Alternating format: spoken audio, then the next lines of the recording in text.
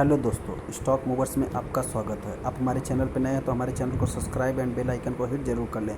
चलिए आज हम आपसे बात करने वाले हैं मन्नापुरम फाइनेंस के बारे में। मन्नापुरम फाइनेंस एक ऐसा स्टॉक है जो कि अभी तक रिटेल इन्वेस्टर को जो भी जिस प्रकार से रिटर्न चाहिए उस प्रकार से रिटर्न दिया नहीं, बल्कि जो है कि और उनके जो है कि रिटर्न को और उनकी क्या है कि देखा जाए कि उनकी प्रॉफिट और लॉस देखने से पहले दोस्तों हम इतना ही कहना चाहते हैं कि उनके जो और उनकी पूंजी थी, कैपिटल थी, उसको भी वो खा के बैठा है। चलिए हम फटाफट डिस्कस कर लेते हैं मन्नापुरम फाइनेंस के बारे में, जो कि अभी तक रिटेल इन्वेस्टर वहाँ पे सबसे ज़्यादा परेशान है। चलिए हम फटाफट स्टॉक के ऊपर आ जाते हैं।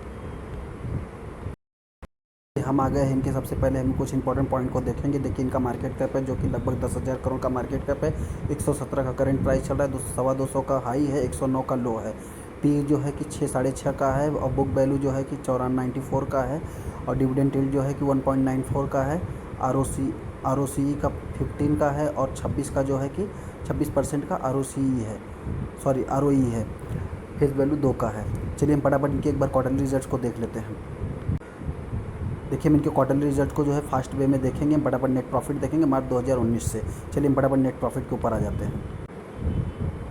चलिए हम इनके नेट प्रॉफिट के ऊपर आ गए। देखिए पहले 300 फिर 250 पकड़ लीजिए, ऐसा जो भी है। उसके बाद जो है कि 428 फिर 410 फिर 395 फिर 368 फिर 406 फिर 482 468 फिर 437 फिर 370 फिर 261। देखिए जैसा कि नेट प्रॉफिट इतना सुपर डुपर नहीं, हाँ फिर भी जो भी है ठीक ठाक ही है, कोई लॉस में नहीं है, ठीक ही है। चलिए हम फटाफट एक बार इनके पीएनएल को देखने के बाद कुछ डिस्कस करेंगे। जैसा कि आप देख पा रहे हैं हम इनके पीएनएल को 2006 से देखेंगे, मार्च 2006 से, जो कि हम फटाफट नेट प्रॉफिट ही देखेंगे। ओके चलिए हम नेट प्रॉफिट के ऊपर आ गए हैं। सबसे पहले कंपनी का देखते हैं। पहले का जो है कि 2006 में 4 करोड़, फिर 11, फिर 21। जैसा कंपनी ठीक ठाक ही कर रही है। फिर 30 करोड़, फिर जो है कि 250, फिर 271, अच्छा खासा ही जंप है। फिर 350, फिर 750, फिर थोड़ी सी कंपनी डाउन हुई, फिर कम बैक किया, फिर कम बैक किया, फिर कम बैक किया। देखिए 1400, 1450, फिर 1700, फिर जो है कि सीधा 950 का सीधा कैसा जंप है। ओके उसके बाद जो है कि 1536 का जो है इस समय टीटीएम है, जो कि इस समय भी ठीक ठाक ही आएगा, लेकिन हाँ इतना कोई कहा जाए कि सुपर डुपर इनके प्रॉफिट है, नेट प्रॉफिट है, तो कोई इतना खास नहीं है। चलिए इनके एक बार रिजर्व और शेयर होल्डिंग पैटर्न को देखने के वहाँ पर ही हम डिस्कस करते हैं। रिजर्व जैसा कि आप देख पा रहे हैं, रिजर्व जो है कि 7-8 करोड़ का 7-8 हज़ार करोड़ का रिजर्व है, जो है कि 25-26 हज़ार करोड़ का जो है कि बोरिंग है। देखिए एनबीएफसी कंपनी है तो बोरिंग रहेगा ही, और रिजर्व जो है ठीक ठाक ही, कोई इतना उसके पास जो कि ठीक ही है, अच्छा है, ग्रो है। ओके चलिए शेयर होल्डिंग पैटर्न चेक कर लेते हैं। देखिए हम आगे important point share holding pattern के ऊपर। देखिए कंपनी में गड़बड़ी तो कुछ भी नहीं दिखता है, लेकिन क्या है कि इस समय जो है कि रिटेल इन्वेस्टर बहुत ज़्यादा परेशान है। परेशान होने का मतलब यह है कि जहाँ पे कि हर इनके कंपटीटर, अच्छा क्या इनके पूरे सेक्टर में ही प्रॉब्लम, इनका पूरा सेक्टर मतलब इनके कंपटीटर कौन है? इनके कंपटीटर है मुथूट फाइनेंस और ये मन्नापुरम, दो ही तो हैं। IDBI और कुछ बैंक भी हैं जो कि काम करते हैं, लेकिन इतना जो है कि ये दोनों ही लीडर समझिए एक प्रकार से। ओके देखिए अगर अभी कंपनी के प्रमोटर जो है कि हर क्वार्टर में माल को एक्यूमुलेट कर रहा है, उसके बाद अभी देखिए इधर क्या है, कुछ परसेंटेज में ही, पॉइंट में ही एक्यूमुलेट कर रहे हैं, ठीक ठाक ही एक्यूमुलेट कर रहे हैं। सबसे ज़्यादा इसमें हम आपको दिखाना चाहते हैं FIs है। FIs जो है कि 34.81% का स्टेक होल्ड करते हैं। DIs ने माल को जो है, DIs ने भी एक्यूमुलेट किया है माल को इस क्वार्टर में, और पब्लिक ने भी दोस्तों माल को जो है कि पब्लिक ने डिक्रीज़ किया है। कोई ऐसे पैनिक वाली बात नहीं है, जिसके पास भी है हम बात यही कर रहे हैं दोस्तों। देखिए दरअसल क्या है कि अभी इनके एक बार हम चार्ट को देख लेते हैं, फिर वहाँ हम डिस्कस करते हैं।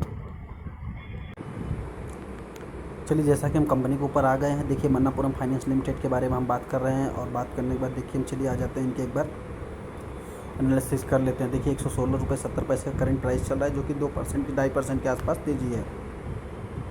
चलिए हम एक बार इनके चार्ट को देख लेते हैं।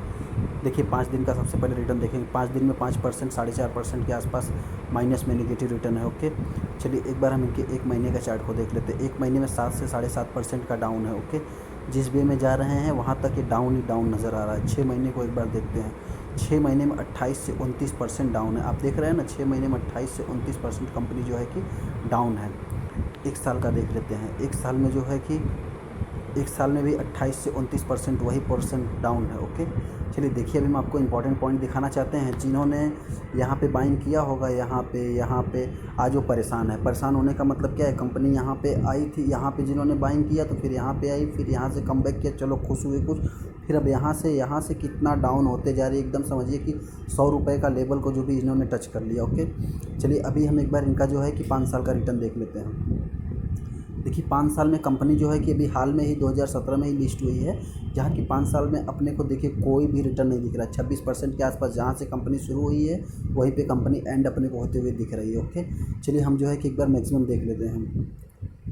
मैक्सिमम में सॉरी माफ़ करना, 2017 से नहीं है, कंपनी जो है कि काफ़ी पुरानी है, 2010 से है। ओके, माफ़ करिएगा, हम माफ़ी चाहते हैं।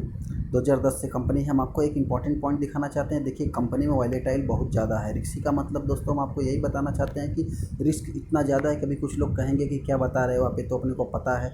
देखिए पता होना एक अलग बात है, लेकिन क्या है, हम आपको कुछ इंपॉर्टेंट पॉइंट दिखाना चाहते हैं। कंपनी जो है कि कभी भी ईजीली, देखिए यहाँ पे करेक्ट हुआ, यहाँ पे करेक्ट हुआ, फिर वापस यहाँ पे करेक्ट हुआ। कंपनी देखिए यहाँ से यहाँ तक जो है कि एक कंसोलिडेशन फेस में ही चल रही थी कंपनी। देख रहे हैं ना आप, यहाँ से यहाँ तक जो है कि एकदम ये रहा। ये इसका जो है कि इन्होंने 2015 तक जो है कितना, एक सेकंड आपको दिखा देते हैं। 2016 तक तो इन्होंने जो है कि 15-16, हाँ 2015-16 तक तो इन्होंने कुछ रिटर्न दिया ही नहीं, समझ लिए डाउन ट्रेंड में ही चल रहे थे। फिर उसके बाद जो है कंसोलिडेट किया, फिर ऐसे ही चलते हैं। अब हम आपको बताना चाहते हैं जिनके पास भी है, हम तो इतना ही कहेंगे जिनके पास भी है वो होल्ड करें। कोई बिजनेस इतना बुरा नहीं। देखिए यही स्टॉक है, एक क्वार्टर रिजल्ट ख़राब दिखाते हैं, दूसरे क्वार्टर अच्छा दिखाते हैं।